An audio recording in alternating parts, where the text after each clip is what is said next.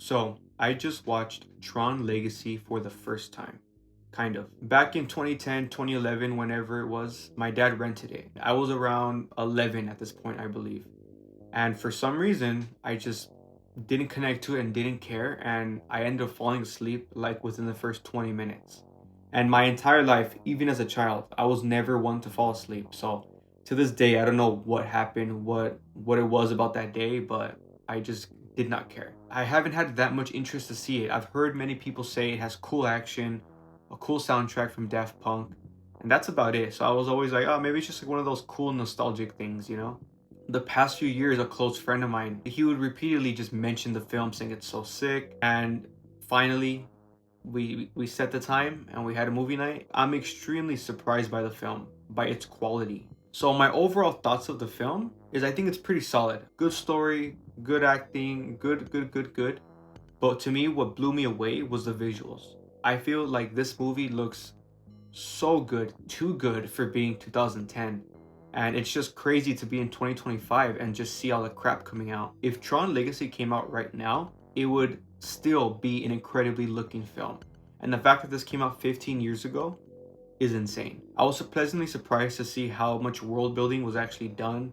And I had no idea there was an original with Jeff Bridges from the 80s. So now I'm kind of curious to check that out one of these days just to see the connective tissue. The story was good, but the screenwriting was a little iffy to me, a little wonky. I wish there would have been more emotional, heartfelt scenes between father and son because I feel like that relationship there was a good foundation in the beginning, and it didn't get too emotional for me. But again, the visuals. So that shot in the beginning when he's a kid, immediately I was like, wow, this is some good lighting. This is some good cinematography. And then the next scene when he's on the motorcycle, that entire sequence in the modern day, the little like tech heist he does, I'm like, wow, this is really good cinematography. This is really good lighting. It actually reminded me of David Fincher a little bit, like David Fincher-esque cinematography and lighting and staging. And then when we enter the grid, boom, that's when I really was mind blown and struck by the visuals. And every scene, like I almost like need to rewatch it because I feel like I missed some intricacies and nuances of story because I was so fixated on the cinematography and the CGI. I was just like enamored by it. I was like, how does it look so good? Why does it look so good? And I feel like I was studying the film as I was watching it. Like I was like almost leaning forward, like why? And I think I figured out why. It's this. Look closely. It's right there. I'm obviously being a little cheeky. No, it's not Olivia Wilde. I always heard, oh, Olivia Wilde's so hot in it. And I mean, yes, she is. It's just clear that this film was very intentionally made. And I think that sounds ridiculous because it's like, well, duh, all films are intentionally made. But it doesn't seem like it these days. Sometimes, if it's like a striking, very obviously amazing image, we all know, like, wow, that's a great shot. But I feel like other things, like in Marvel films right now, it's a subconscious thing. It's just like, oh, the CGI sucks, but we don't know why. And I think it's because we all live in the real world. We all understand on a subconscious level, like the physics of light, how a human looks, how metal looks, how all sorts of textures interact with light in an environment. And I feel like that's the disconnection in modern CGI. And I feel like when you watch Tron, there's reflections on helmets, there's just specific lighting, even though there's a very artificial light, it's not like sunlight, even though it's all very artificial, it still seems very real, very immersive. And I just think there's just a cohesive palette. It's just very intentionally done. And you could tell that the director, the concept artist, the storybook artist, the cinematographer, the VFX artist, you could just tell that they had a very specific look for the film they had in mind, and they all communicated and they executed it. And I think a big part of it is all the black. I think all the black really helps the look of the film because there's contrast. And again, I think that's missing from modern CGI. It doesn't need to be black, but there just needs to be a contrast because that's realistic. Some parts are you can't see detail and some parts you can. And I think when you see a lot of modern films, it's like a character that's perfectly crisp with no real shadows, very soft lighting, and then the entire environment is out of focus and yet still with an unnatural amount of detail, even though it's out of focus, and that just doesn't look right to us because again, we know how things look in the real world. And I feel like that's what Tron does so well. Everything just looks as it should. The lighting, the shadows, the sets, the depth of field of the camera. And it just goes to show you that in modern films, you don't need a bigger budget. You don't need a better technology. We don't need to really break more ground with CGI.